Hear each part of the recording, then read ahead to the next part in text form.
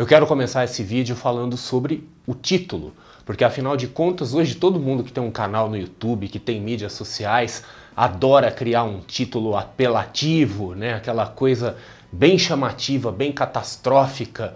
E eu resolvi fazer uma experiência colocando esse título aqui, porque obviamente que os bancos digitais não vão acabar, né? No sentido assim, será que eles vão quebrar? Será que vão à falência? Será que vão quebrar com o meu dinheiro lá dentro? Né? Então, na verdade, não é nada disso, né?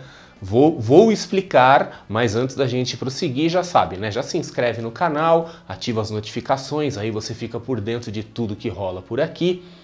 Mas o que acontece com os bancos digitais é que eles estão cada vez mais se assemelhando aos velhos bancos. Quer dizer, eles estão se tornando pequenos conglomerados de serviços financeiros. E isso é uma coisa diferente de quando eles surgiram, porque quando começaram a surgir os primeiros bancos digitais e algumas outras fintechs similares que prestam serviços financeiros, a ideia, né, pelo menos a ideia que nós consumidores de serviços financeiros fazíamos, era que estavam entrando empresas novas, inovadoras, de base tecnológica, com estruturas muito mais enxutas do que os grandes bancos e usualmente focado em um único tipo de serviço. Porque os grandes bancos brasileiros, eles são conglomerados, eles são grupos de empresas que fazem tudo, né? Tem banco, tem seguradora, tem empresa de leasing, tem gestora de investimentos, tem corretora de valores mobiliários, e por aí vai, quer dizer, junta tudo num bolo só, e aí aquela velha história, como diz aquele ditado popular, né? O pato voa, ele nada, ele anda, mas em nenhuma dessas coisas ele tem verdadeira excelência. Então, uma das expectativas com essas novas empresas, com essas fintechs, com bancos digitais, com empresas de cartão de crédito, é que elas seriam extremamente focadas, e por serem extremamente focadas, seriam supostamente extremamente excelentes naquilo que elas fazem.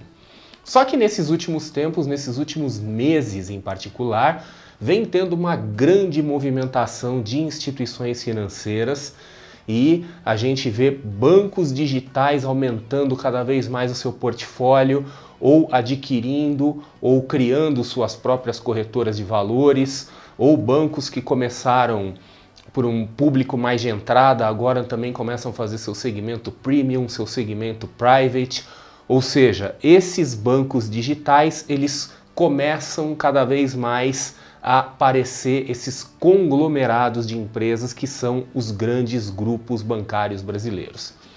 E a questão é saber se isso é bom ou se é ruim, né? Então, quando eu falei do final, né, do fim dos bancos digitais, foi nesse sentido de dizer que agora já não faz o menor sentido falar em banco digital, é banco, né? Quando você pega o seu banco digital, sua fintech favorita, ela virou um banco como outro qualquer, com os mesmos serviços, quer dizer, o mesmo supermercadão financeiro ali, talvez numa escala um pouco menor, né? E quem sabe, né, com certeza esse pessoal aí dos antigos, né, bancos digitais, eles devem estar na expectativa de que talvez vão crescer bastante e quem sabe competir de igual para igual com os grandes conglomerados. E aí a questão é saber assim, qual é a implicação disso para nós, pessoas comuns? E aí quem somos nós, né, para começo de conversa? Nós somos clientes bancários, usuários de serviços bancários. Nós somos, alguns de nós, investidores que então têm interesse no setor bancário porque são investidores em ações de bancos, né? Os bancos, as instituições financeiras são tradicionalmente bons pagadores de dividendo, então aqueles investidores que investem com o objetivo de receber renda acabam tendo assim um certo carinho especial pelos bancos de uma forma geral, e também somos alguns de nós profissionais de mercado financeiro, que alguns ainda militando aí nas grandes instituições e têm interesse nisso porque podem surgir oportunidades profissionais nisso, né? Então, para começar, só queria especular um pouco do porquê dessa movimentação, do porquê dessa dessa verticalização desses bancos digitais, isso pode, em parte, ser explicado talvez por fatores culturais, né? Fatores culturais aqui do Brasil, que nós sempre tivemos um mercado bancário meio concentrado, e esse mercado bancário ele passou por uma concentração ainda mais acentuada nos últimos anos. Mas o cliente brasileiro típico de banco, ele é um cliente bastante resistente a novidades, é um cliente bastante conservador em vários aspectos e muitas vezes ele tem uma certa dificuldade de fazer coisas fora daquela redoma de segurança que ele enxerga que é o grande banco dele. Então talvez por questões culturais, essas fintechs, esses bancos modernos estão tendo que mudar seus modelos de negócio, que eram anteriormente super focados, e agora procurar oferecer o máximo possível de coisas para não deixar o cliente sair daquele cercadinho. Ou essa era a intenção desde o começo, mas eles não revelaram, tá? Mas seja lá como for, agora o mercado financeiro brasileiro caminha para esse novo cenário, onde ele está se fragmentando, né? Então, vários novos grupos entrando e começando a se verticalizar. Então, mesmo hoje, fora de um grande banco, um cliente de um desses bancos mais novos, eu vou até evitar daqui para frente usar banco digital, né? Não faz mais sentido, agora é tudo banco, tá? São todos iguais, né? Mas, enfim, um cliente de um desses bancos novos, agora talvez ele fique mais à vontade fazendo as coisas ali dentro mesmo, né? Quer dizer, tanto serviços bancários, cartão de crédito, investimentos, eventualmente mais para frente pode começar a ter seguro, previdência, outras coisas, quer dizer, aparentemente isso é uma tendência, essa verticalização. E aí vamos tentar ver quais são as implicações para aqueles três grupos, né, que eu comentei, que são os clientes, os investidores e os profissionais. Então, como clientes, obviamente a coisa fica bastante interessante, porque a gente parte do princípio de que maior oferta é benéfico, né? É benéfico para os clientes. Então a gente começa a ter mais opções de serviços financeiros, a gente começa a ter talvez serviços diferenciados, mais baratos, né? Apesar de que eu mesmo tenho algumas histórias pessoais aí com esses bancos modernos e empresas de cartões de crédito modernos aí, que são histórias de terror, assim, que mostram que ainda existe um grande amadorismo nesse setor. Mas isso fica para uma outra oportunidade. Mas enfim, para os clientes, isso a gente pode ver como algo em geral positivo, quer dizer, sempre que nós temos mais opções, sempre que nós temos mais oferta, se torna uma coisa positiva. Para os investidores, a coisa pode ficar um pouco mais obscura, né? Agora que nós tivemos aí essa pandemia, né? Quer dizer, o momento que esse vídeo está sendo gravado aqui, a gente já está provavelmente saindo aí da parte mais aguda da pandemia. Uma coisa que chamou a atenção é que os mercados financeiros, tanto no Brasil quanto no mundo, tiveram uma recuperação muito rápida e muito consistente. Obviamente que foi uma recuperação meio estranha e usando estímulos do governo, né, em particular fora do Brasil, como combustível para isso, então não foi uma subida muito natural.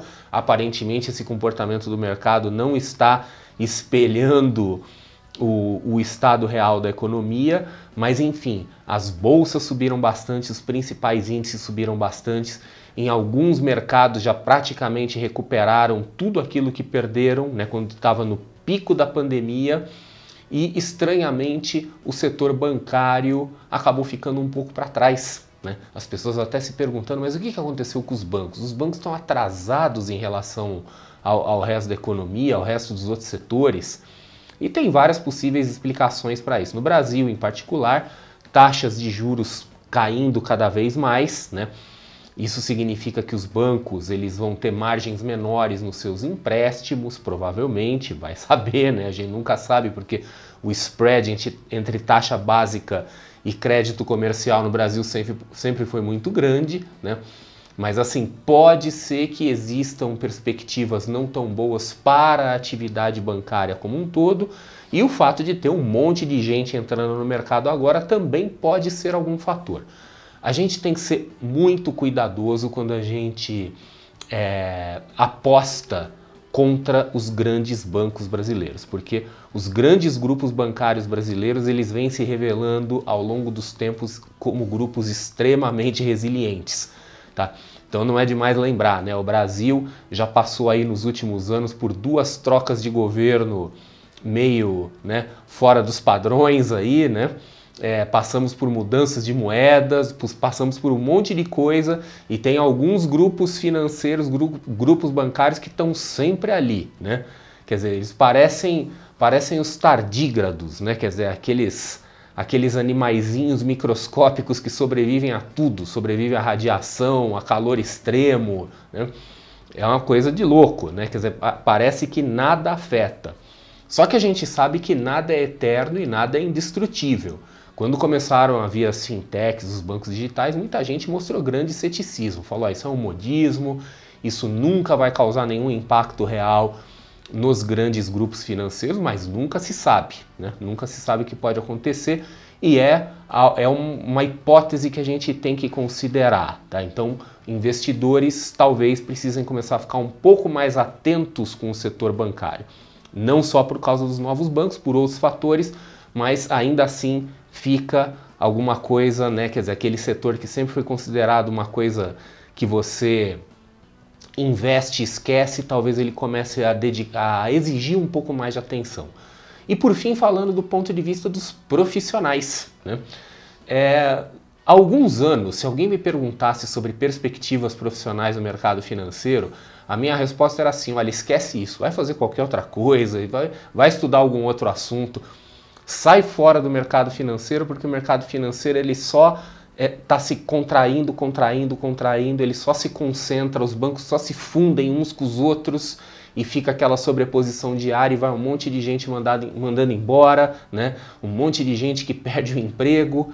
Então essa era a minha resposta há alguns anos, mas desses anos para cá mudou completamente, né? O mercado financeiro se tornou um dos setores mais promissores para investimentos, né? Não investimentos em ativos financeiros, mas para se investir como empreendedor, né?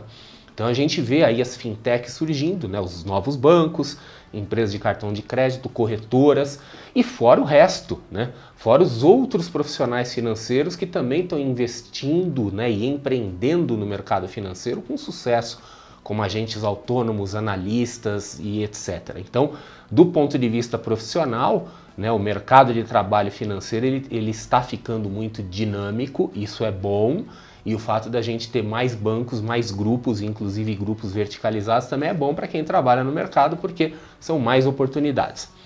Mas é isso aí, né?